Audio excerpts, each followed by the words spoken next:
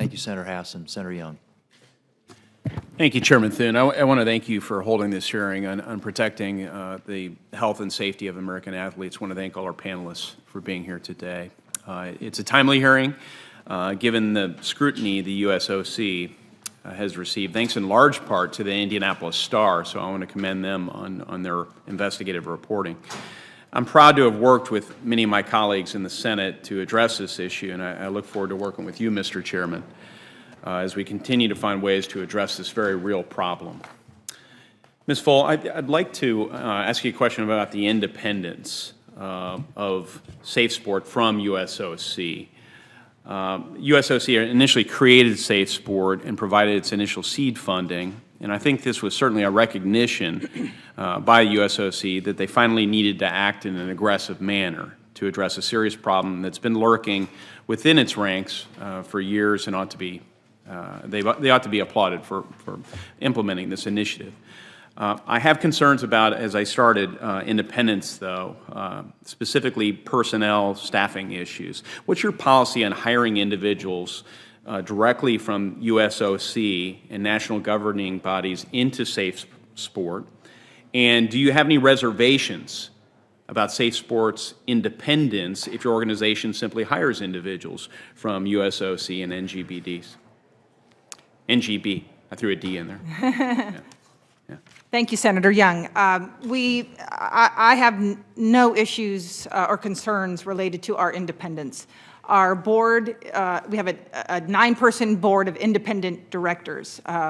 We have independent investigators and outside counsel and arbitrators that meet a high bar of independence.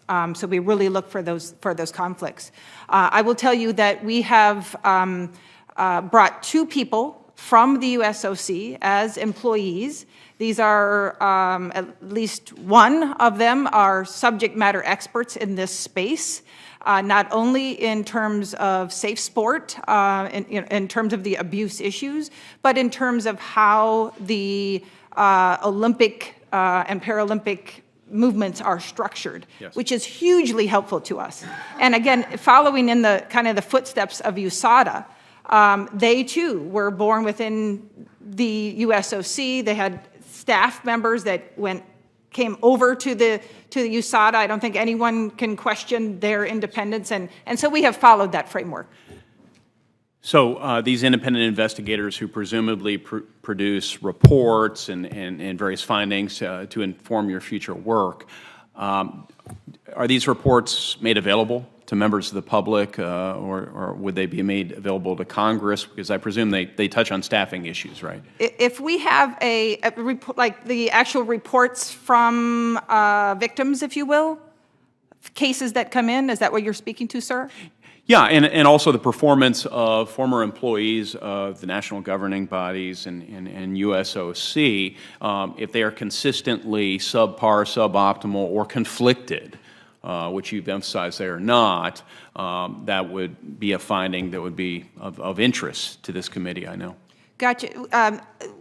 Our jurisdiction lies in addressing sexual misconduct and abuse within the Olympic and Paralympic movements.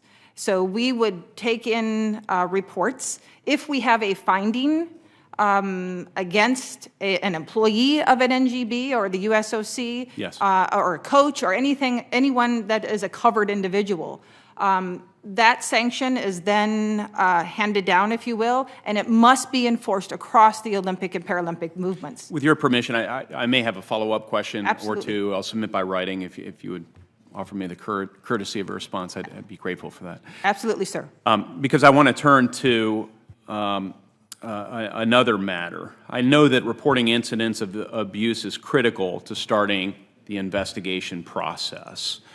And unfortunately, our staff discovered a problem here. On safesport.org, that website, there's a link entitled Report. Unfortunately, that link's broken and takes visitors to a Page Not Found website. Moreover, if someone were to try and find more information on reporting confidentiality,